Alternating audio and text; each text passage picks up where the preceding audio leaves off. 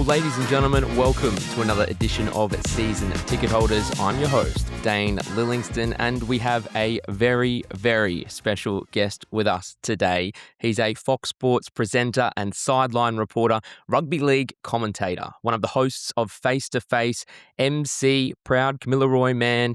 You'll find him on screens throughout the upcoming NRL season, working the sideline or occasionally in the headlines of the Daily Mail. The Golden Boy, Jake Chook. Jakey, welcome to the show, mate. How are you? Pleasure to be here. It was a good wrap up until that last part, and then just ignore that last part. Don't Google, don't read anything. Trust me, it's all. Don't believe everything you read. Thank you, mate. I have to get a little dig in there. I normally welcome my guests for the dig, so thank you. Don't Google it. Jakey, just thank you for coming on the show, mate. Really appreciate it. Wanted to get you on for a while. When we get new guests on for the first time, I just like them to tell us a little bit about who you are, where you're from, and what got you into the great game of rugby league. So you covered it pretty well, man. I'm a Kamilaroi man. I was born in Moree. I come from a long line of kind of Aboriginal fellas that loved rugby league. My uncle played State of Origin for New South Wales. My dad grew up playing in Moree. It's like a religion out there, right? So he played for the famous Moree Boomerangs. I moved to the Gold Coast when we were younger, but just always loved the great game. Went to Palm Beach Crumman, which is a big rugby league school. Played footy there. Played with a lot of guys that went on to play professionally. I just lacked the tiny little thing called talent to make it professionally, but always just wanted to be involved with the sport. Always wanted to be a sports broadcaster. My mum said when I was a little fellow, I used to run around pretending I was interviewing people. So if that's not a red herring of what was to come, I don't know what is. So yeah, man, just figured it beats getting a real job. It beats digging ditches for a living, and I just went into sports journalism, not really knowing. And obviously no guarantees of where I'd end up now and what I was doing, and there's no real clear path to this path. I just it's always what I wanted to do, so I just kept plugging along and got lucky along the way and worked hard, and here I am. I was going to say, was at 19, you were doing intern at Channel 9, and now you've worked your way up to be one of the faces of Fox League. What's just behind that success, mate? Just working hard, or just tell us about that journey and what you had to do to get there?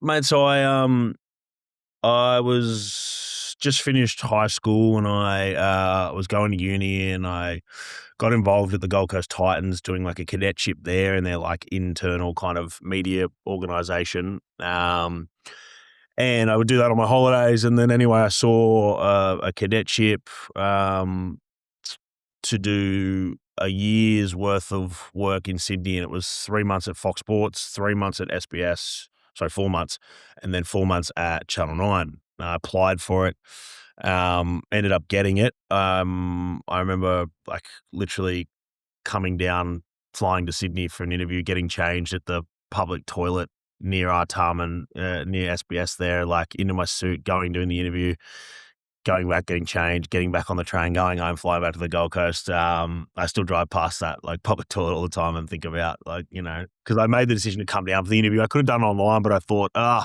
probably better to go in person, show, you always make a better impression in person. And it was a good decision, ended up getting it. I actually beat Hannah Hollis, actually, who was a former colleague of ours at Fox. Great presenter. So I don't know how I did that, but ended up getting the cadetship. So I actually worked at Fox Sports as like an intern kid when I was 19. And there's still a heap of people that are still there from when I was there. I was just a kid that was helping out on social media. And then I went to 9, got a start in the newsroom just through this cadetship. And then the 4 months was up, and they kind of just said, you're hanging around. Like I just felt really like I fit in really well there. I worked with guys like Yvonne Sampson, Danica Mason, and I sat next to each other for 10 years. Danny Weidler, like heaps of guys that I just kind of fit straight into the newsroom and loved it there, and just kind of worked my way through reporting, producing, did the shit kicker stuff on the early morning Today Show shifts and questioned my life many times when I was getting up at 2 a.m. and thinking, why the hell am I doing this? And, just kind of all the way through up until getting a bit of a gig on the Sunday Footy Show. And then Steve Crawley from Fox rang me about 5 years ago. And I think a lot of it had to do with Bonnie Sampson kind of, talking about me or putting my name forward because she was at Fox at this point. And yeah, I joined 5 years ago. I haven't looked back. Mate, a lot of people would obviously love to do what you do. A lot of people watching at home. The glitz and the glamour of the job, I know what it's like, but just covering rugby league around the world, the dark side. But, is it really the dream job? Everything that people would hope just to be covering footy every day? It is. It is. Like, you couldn't complain about this job if you tried. It's a great job. It's what I've always wanted to do. I go to the footy for a living. Obviously every job has their kind of, downsides or, I guess things that you don't particularly enjoy as much. The travel can be a lot. Yesterday I drove to Mudgee and back, and then did a game and then drove home. And I think today I was just absolutely zonked and slept till bloody midday because Mondays are my day off. But, like the travel, you do spend a lot of time in airports, hotels, kind of moving around. And then obviously like working sport, you obviously work every weekend. I've worked every weekend in my 20s, I'm in my early 30s now. And you get used to it, obviously, but you do miss a lot of stuff along the year. And people always say, oh, we got this on, or, my wedding's on here and this and that. And you're always kind of like, oh, I'd love to make it, but it's, I can't give you a straight answer, or I'll try my best, or I'll fly in on the day, attend, and then I've got to fly out to games and stuff. And again, it's not tough. Like there's much tougher jobs and much tougher ways to make a living, or I would never complain about it. But it is one of those things when I always say to people, like, if you want this kind of job, and people ask me how I got it all the time, I do say you just have to be willing to kind of miss out on a lot of shit in your 20s when you're this age, coming up and all your friends are out doing what they want on weekends and all their events. Like, you'll just get used to the fact that you won't be there. And if that doesn't bother you, like it doesn't bother me, then yeah, that's the first port of call, I think, for this job. And being like in the public eye, obviously people know you. I know you're a very popular presenter. I was with you at a State of Origin cross once. Everyone's coming up, wanting to get photos. But being in that public face as well, is there a downside is there online backlash or comments or things like that you have to cop and put up with a little bit? I know headlines, whatever, but have you had to deal with that as well? And how have you had to deal with that part of it? Look, like I imagine there's people that have it a lot worse.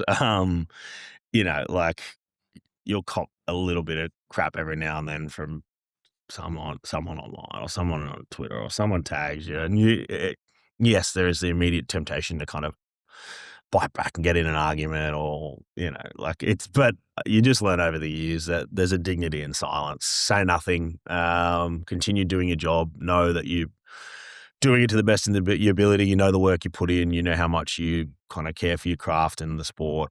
And, at the end of the day, I always like to think that these people are sitting there, if they're, watching a sport that I am lucky enough to do for a living, so I'm in a very lucky position, and, things that they have to say just don't really bother me. It matters what your colleagues, your bosses, think about your work, and you are accountable because if you do stuff up, it is public and stuff. So you've just got to make sure you're putting in effort to be right. But then also it can be a very subjective job. People just might not like you because they just, I don't know, for whatever reason. So you kind of just never take it personally. And you learn that. And as I said, there's more people I work with people that have way more shit written about them than me. And, sometimes your kind of private life can get mixed up in weird things and things like that. And that's a bit weird and shocking that it has become not in reality or anything, but the fact that happened to you, So I don't know. That's an odd thing, but it's minor, very minor.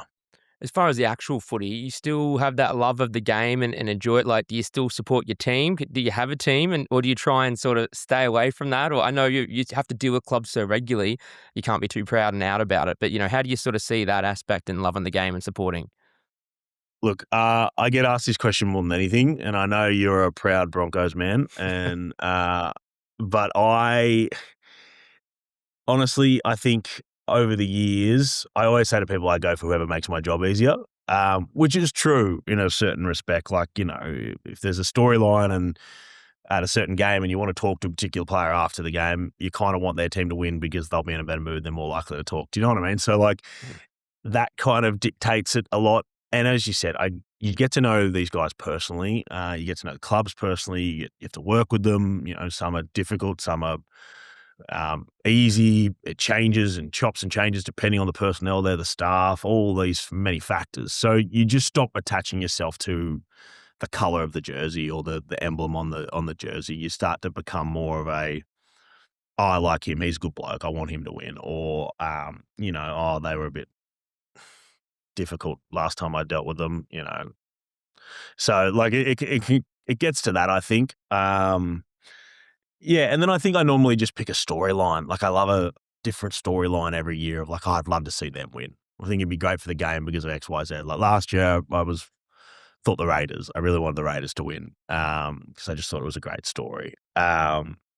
Yeah, so it chops and changes. People ask me that all the time. I grew up a Penrith fan, actually. I was a Panthers fan. The first team I ever loved, it was like that 2003 Panthers side. I was a massive Ryan Girdler fan, but I loved Preston Campbell, Reece Wesser, those guys.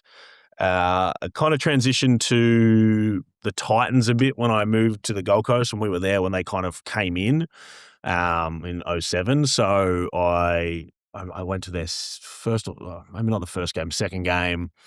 They had a great team. Obviously, Preston Campbell came over, and they were pretty good in those early days, like Scotty Prince and Anthony Frankie, guys like that. So I've got a soft spot for the Titans, soft spot for the Panthers, and my old man's a diehard Rabbitohs supporter. And I've had a lot to do with South over the years, and South obviously have like a great connection with the Indigenous community as well. A lot of Indigenous players. So, like, if picking three teams that kind of I have soft spots for, it'd be those three. But as I said, like from year to year, it kind of changes. You can always jump on the Broncos bandwagon, mate. We'll happily welcome you. Don't worry. Mate, I Um, ended up at the Broncos. I ended up at the Broncos after party last year after the grand final. And I actually played against Reece Walsh's brother Zach when I was younger. He's about 10 years older than Reece. So I've known Reece's family for a long time, and so we ended up at the after party. And I will say, yeah, I was happy the Broncos won. It was a good storyline. They were the best team in the finals, and Reece Walsh had one of the great runs of all time. So, again, you can get behind it. They're likable, they're good dudes, and they're entertaining to watch. we'll clip it up. Jake Duke, closet Broncos supporter. Mate, what was the after party like? Good fun there? It was good fun. It was. I managed to drag a mate and a cousin back with me and got them in. So one of them was a mad Broncos fan, so he was having the best time of his life. I did end up drinking out of the little toilet cup that Reece Walsh brought, which had the little turd in it and stuff. And then that night, I think I got home from the after party about 5 a.m. and then I flew to Mexico at like 9 a.m. So like I was not well. But luckily I got on the plane and I looked next to me and there's two spare seats and I'm just looking at it going, oh yes, there's no one coming. And when they shut the doors and you realize no one else is coming. So I laid down, man, and I was asleep before takeoff and they woke me up coming into LA. So it was a big 24 hours, that grand final. So it was cool. Cool to be a part of. Hey, I was going to tell you, there is one team I know you do support. That's New South Wales. I can tell you my favourite story of you was in the office last year. I'm obviously one of the sole Queenslanders in the Fox Sports office. And Jake turned to me and said, Dane, you don't really think Queensland is going to win a game this year, do you? Jake, just to remind you, it was 24-12 in the decider, mate. Did you want to make any early calls on the Origin series this year? Or, you changed the eligibility rules as well, so there's an even bigger pool for you to choose from. Any calls you want to just make now with me, mate? You think I would have learned over the years because I've made a number of those statements in my life because I grew up a New South Wales supporter in Queensland. So I'd make statements like that regularly. And I don't think New South Wales won a series in my entire high schooling life. They wouldn't have known because it was 8 years. So, uh, Good times. I may as well stick with the plan because I've been doing it for a long time. So yes, I think adding Fanua Blake and the possibility that we can pick from more players. What do we got this year? Where is it? Game 1 in Sydney, Game 2 at the MCG, Game 3 at Suncorp. God. Come on. Look, yeah, they're going to win. They'll win the first two. They'll win the first two. New South Wales Yeah. will win the first two, and then we'll let you have your moral victory in Queensland. Yeah, we'll clip it up, mate. The eligibility rules, though, just on that, obviously a big talking point. What was your just impression, mate? Obviously, you are going to get a bigger talent pool. It's good for the international game. We all know that. What was your take on everything? Mate, I just couldn't believe it took so long, to be honest. Like, it was just a no-brainer. Why these guys couldn't play for New Zealand and Queensland or England and New South Wales or whatever. They were born there. They qualified for them. And why would Tonga and Samoa get more help now that the powerhouse that they kind of are? It was just only robbing the poor Kiwis more than anyone that guys would have to, sacrifice playing for New Zealand. And I don't know. I don't know about you guys, but I don't like seeing Australia win all the time. Like I find myself kind of watching test matches and kind of having this subconscious, like almost like, oh, if Australia got beat, it'd be a good thing for the game. Like I remember I went to the World Cup final and it was Australia Samoa at Old Trafford a couple of years ago, and it was hard not to barrack for Samoa just because it was just what a great story, what a great thing for the game. I think if you looked at the figures that were released today, like rugby league is quickly becoming the biggest sport in the Pacific. Like we have such a growth area internationally that other codes don't have, in particular the AFL, right? Like to go east and get the Pacific and the Pacific Islander build is so good for our game. Like rugby union's kind of up and down, especially here. It's up and down in New Zealand apparently. Like it's just such a good opportunity to kind of capitalize on this area and dominate.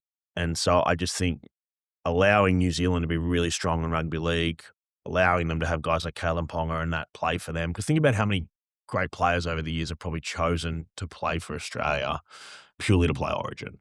Like, and it's made Australia so strong. But we're at the case of there's a World Cup at the end of this year, and there's probably 4 or 5 teams that could win it realistically, like New Zealand, Australia, Tonga, Samoa. Depends on the Team England rollout, but like that's pretty good to say for rugby league. The Rugby Union World Cup's probably similar, right? Like there's only probably 5 teams that could win that, if that. So you just got to keep growing that stage. Doesn't hurt Origin because the rules are already the same. They haven't changed. So no, I can't believe it had so much opposition initially, that people pushed back towards it. I think once it went through, people were like, oh yeah, I guess that really doesn't change anything. You mentioned eligibility growing up in the Gold Coast. Can I just check your eligibility, mate? So you qualify Queensland, New South Wales. Which one? I'd have to look at the 7 questions because it'd be tight. It'd be tight. But I'm gonna go with I'd probably win on appeal because my uncle played for New South Wales, so that's what would get me over the line. I don't So that's know. my story. Going off the Gold Coast, is it the Broncos grand final after party? Ladies and gentlemen, I think we got a scoop here. He's a Queenslander, I reckon, mate. Maybe you touched on it just before, but you're a proud Aboriginal man. People might not see that advocacy side, I suppose, of you just watching weekend footy. But can you just tell us a little bit more about why it's so important to you and sort of that space? Look, it's not something I kind of set out to do. It's just something I more kind of became aware of the older I got. Like I grew up on the Gold Coast, so I didn't grow up. We moved away from Moree when we were younger, so like I didn't grow up in a like a heavy Indigenous area like Moree is. So in a lot of ways, like we were removed, which obviously has its positives and negatives. And my parents moved to the Gold Coast for a better opportunity for us kids as well. So I think it's something that I kind of became more aware of later in life, as you get older and you learn more, and then rugby league's being a big part of it, being a part of like all stars camps and being involved in the community that way has kind of opened my eyes to things.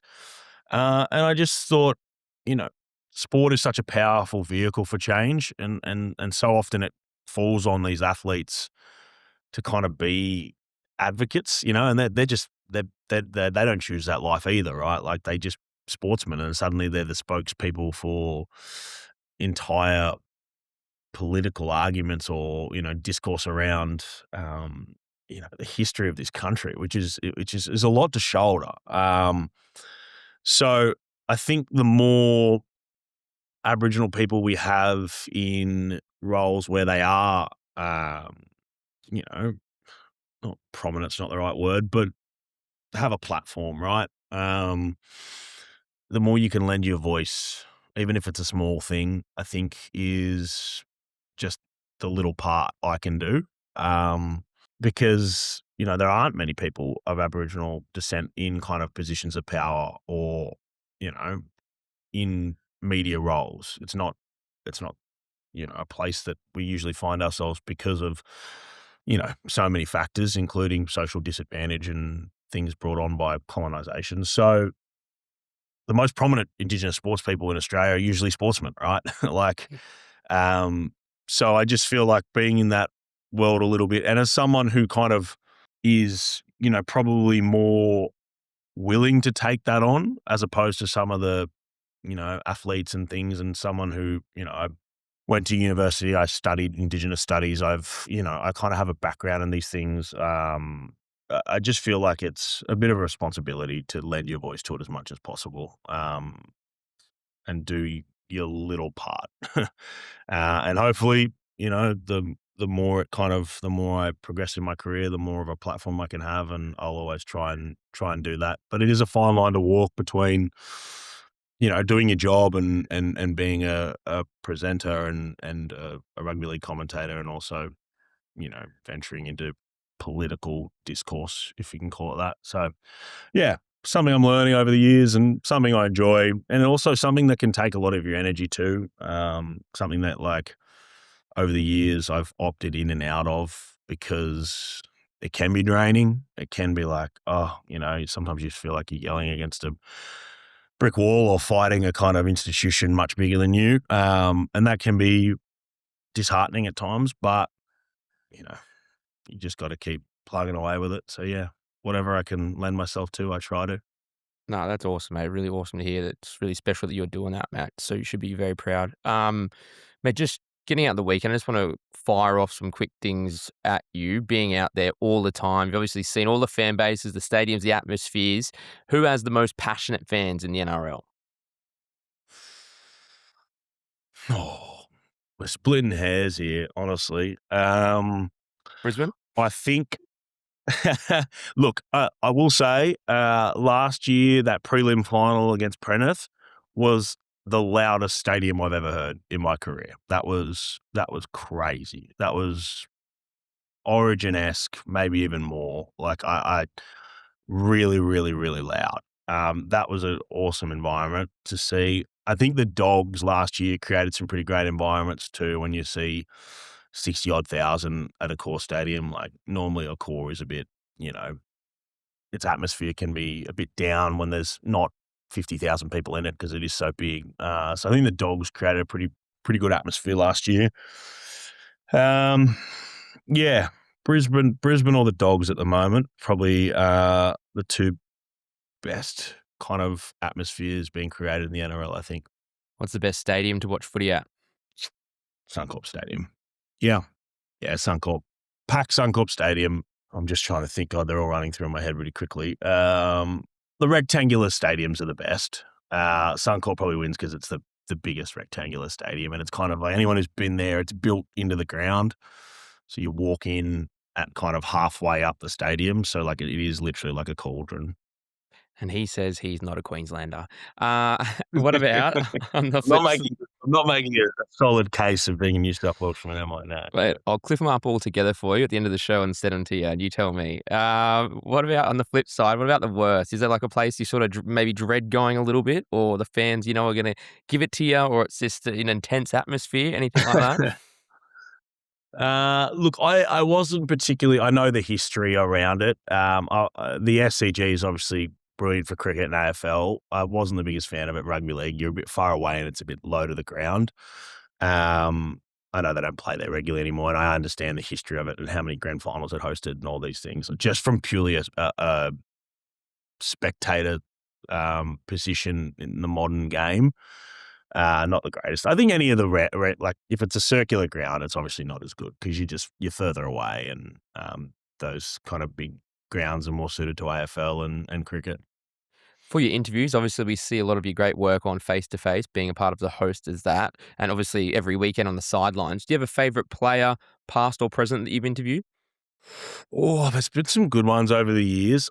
Look, I will say we've done one this year. We just got back from New Zealand, actually, and we shot two over there.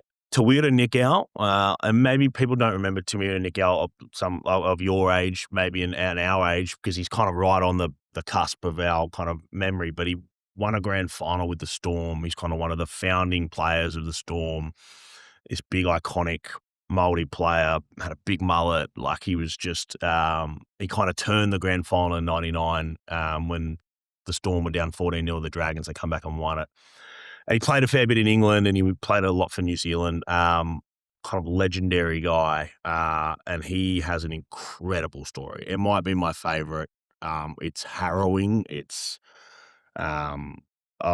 lost his wife to suicide. He lost a leg in a motorbike accident. The things he's gone on to kind of do since then, and just his attitude, the things he's created in New Zealand to help the Māori people, like it's fantastic. So that's coming this year. It was one of my favorites. And a teaser, he told this story about what happened to his leg after the doctors amputated it, and it was honestly one of the greatest stories I've ever heard. So, like I literally had my jaw. I'm like, no, that did not happen. I thought he was lying to me. So yeah, he was one of my favorite. But we've done some pretty cool ones. We've interviewed some legends, guys that I grew up idolizing, like Greg Inglis. We went to prison with Bo Champion. They're the ones I like. Probably the ones that resonate with me the most. Generally, the ones of people that kind of do. When we talk about that advocacy work, Bo Champion was in prison helping Aboriginal men in jail. Tawira Nikau does great work with the Māori community. Like those kind of stories, I think, resonate with me the most because they're more than just football. It's social conscience. It's using your profile for the better. But God, you're testing my memory because we've done a fair few, and Bonnie Sampson does some incredible ones as well.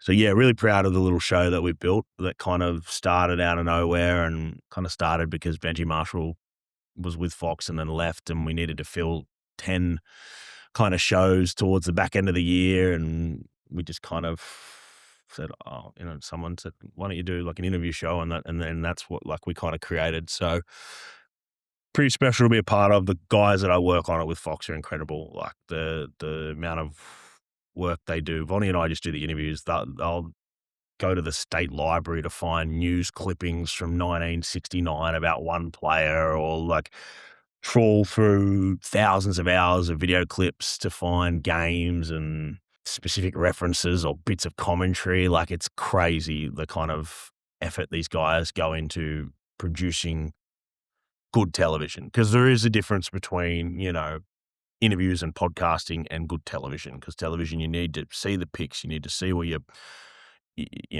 tell the story. So to find all that stuff and to build the story, like these interviews go for like an hour and a half, then, and they condense them into these 26-minute little mini documentaries. And it's really, really cool. It's been one of my favorite things. And it's the thing people talk to me about most, honestly. Like people come up and want to talk about Face to Face more than anything. Is there anyone you haven't interviewed yet that's still on your bucket list for that? God, we've been trying to get Latrell for years. Yeah, like, and I understand Latrell's complicated relationship with the media. I personally get along really well with Latrell. Done a lot of stuff with him over the years, but I understand his wariness and skepticism of every time he kind of opens his mouth, it invites unwarranted criticism. So I can understand it. Hopefully one day we'll get the chance to sit down with him and do a proper, no holds barred chat. I'm just going to keep asking the question. Eventually he'll say yes. Well, sure, you'll be the man, But I right? understand. Yeah, you hope so. But you just, I understand in the midst of his career at the moment, and the last couple of years haven't been great for South. He's had injury troubles and stuff. Like, first and foremost, I want to perform on the field and kind of block out the noise, and no kind of player creates noise like Latrell Mitchell. So I get it. Mate, I chucked the call out when I knew I was having you on for a few fan questions, mate. Half of them I probably can't ask, but I do want to ask you the ones that I can ask. Gerard, he said, being an industry dominated by former footy players, did you find it harder or easier to prove yourself in the industry?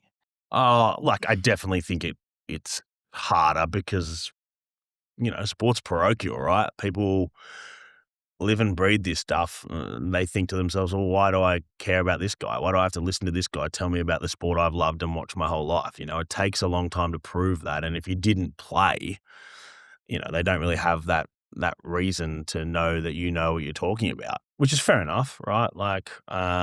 So it does take time to prove yourself. And I feel like you do that through hard work, knowing your stuff, and it is a lot of research. Like my mates always joke to me, they're like, oh, you just turn up to the footy, you work 2 hours a day for 3 days a week. And I said, oh God, I wish it were that easy. Because even though you consume so much football and you watch so much football, you still can't just fake it and wing it. Like there's so many little specific things that you get one little thing right, or he's coached the Warriors for 3 years and it's 4, and someone will just hammer you for it. You just kind of got to be very specific and know your stuff, know your research. I do thousands of words of research for every game and use 10% of it because you got to be across every player, and then suddenly none of it, comes to fruition, or it's a 6-4 game and there's no tries and there's no injuries and you don't have much of a involvement. And then there's other games where it's 42-36 and, you're just filling time talking about different guys and players, and you never really know what's going to happen. So you've got to be really well researched. And as I said earlier, you're the only one who's kind of accountable to yourself. I remember Vonnie said that to me when you come to Fox, she goes, Fox is great. You run your own race. Like nobody tells you where to go or what to do. Like I don't have to be in the office and sit there all day or whatever. I kind of run my own race with going to my own games and getting ready for interviews and structure my day however I want to do it. But she said, you're the only one who looks stupid if you don't do the work. So, you could rock up to games and work 2 hours a day and wing it and fake it, but you'll eventually get found out and you won't last long. So it's kind of that choice you make. And, I've set a standard for myself of like how I feel prepared to go into games. And if I'm not at that level, I'll kind of feel like I'm, not prepared. That's some good advice too, inside to what you actually do, mate. It's not that easy. Mate, Adam asked, did you enjoy did you enjoy the Dally M Awards? I remember I put up a photo at the Dally M's that got some traction with, there was this, yes, it's all coming back to me now. I was thinking initially I put up a photo with my colleague Eloise Sawyer, one of our colleagues, and it was posing with a baby bump, and then heaps of people thought it was my baby. I was like, no, no, no. And her husband even texts me and goes, dude, stop trying to claim my kid. And I was like, no, I'm sorry, I didn't mean to. And then there was the moment with Jess Surgis, and I've told this story to many people, which is not good practice because I kind of zoned out during the interview. So that's not good to admit. But then I kind of looked down and then I saw Tiana's hand move. And then that kind of caught my attention, and she moved it over near Jess, and then it just doesn't look good. And my eyes for a second, and then literally the director in my ear said, look up. And I went, and then I realized I'm like, oh no. Oh no. And then before the second it went to air, I think, yeah, and to be fair, that was pre-recorded, so they could have not run it. They could have saved me, but I thought some of the boys in the office thought it was quite funny, and then it went out, and then it just went viral. And I had people writing to me from everywhere, and everyone's seen it. It's amazing how quickly these things spread. It was quite funny. I'll give it So, that. so you got stitched up then, pre-record. Come on, what's going on? Yeah, I'm gonna go with that. I definitely got stitched up. It definitely wasn't as bad as it looked. Yes, definitely stitched up. Oh, mate, just finally, my friend Aiden. Don't zone out in interviews. It's punishment for zoning out in an interview, which you shouldn't do. There's more advice. Good advice. And finally, mate, my friend Aiden, he's a friend of mine. He said, "When can Dane take your job?" It's funny. I ran into Kenny Sutcliffe yesterday at Mudgee, and Kenny was my boss for a long time. The great Kenny Sutcliffe, great sports broadcaster. And every day he used to come into the office. His office was just behind me, so he'd walk past me every day, and he'd punch me in the middle of the back, and he'd say, "TV handshake." And it was always like, that's watch out, someone's going to knife you in the back every day in television and take your job. So I'm waiting for Dane to kind of knife me from behind and push me down the stairs or something. So I don't go to stairwells with Dane. No, look, with any luck, rugby league's just getting bigger and bigger, baby, and the games are getting bigger. We're getting more teams. We're going to have big broadcast deals. It's the sport to be in. So I think there's enough rugby league coverage and media to go around for everyone, I think. Hopefully. Good to hear, mate. Good to hear. And yeah, obviously the NRL released their reports today that number one on TV and streaming for 2025. You mentioned the numbers as well before. Obviously going to be 19-team competition very shortly with the goal to go to 20. What is just making footy so good right now, man? I think the product's better than ever. That final series we just saw was absolutely incredible. I know they were tinkering. The kickoff rule obviously didn't go through in the end. What's making footy so good right now, you think?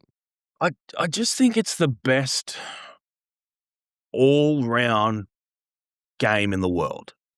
Like, when you think of every kind of athletic attribute someone can have on land, obviously, like, it's got everything. It's got the physicality and the brutality, but it also has the attrition, like sports like NFL don't have the attrition, AFL probably doesn't have the contact that rugby league has.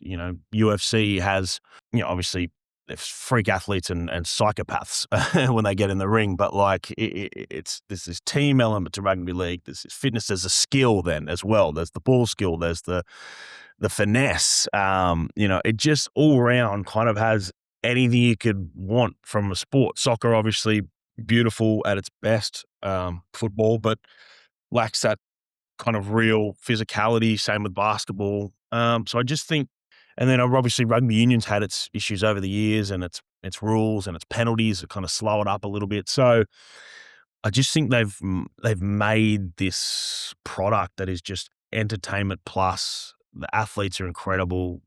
As I said, the Polynesian influence and the kind of game they brought, the Indigenous influence, like it probably doesn't sit fairly where it is in terms of actual quality of sport, in terms of the value it creates. You know what I mean? Like it's just not in a big enough market. But if you're looking for entertainment and like all kinds of aspects of athleticism, I just think rugby league is this sweet spot. And I think the more people that watch it and get a grasp of it and buy into it also has this great, it's just full, like a sport's like a soap opera, right? And rugby league sits in this beautiful zone of like great soap opera with great characters. It generally is a working class game. So you get these people that come from all different race, colors, creeds, kind of backgrounds. And then it's almost this ultimate social experiment that they become famous, rich athletes. And like, it just has this melting pot of like crazy stories and only, everyone kind of knows, oh, that's a rugby league story. Only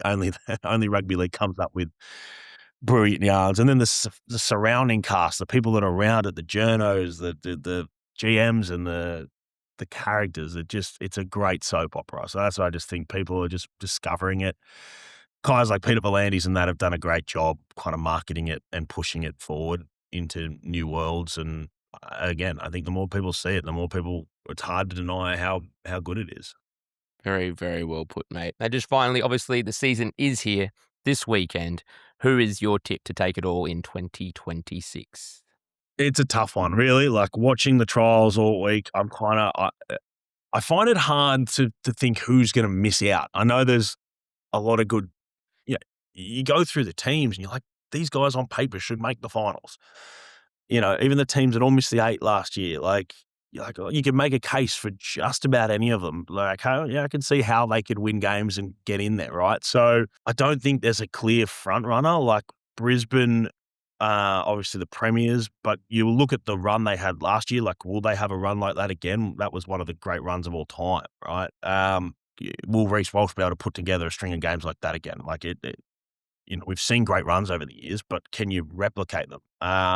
Penrith, always going to be there or thereabouts. They'll be angry after last year. The Roosters have got DCE. How does that kind of come together?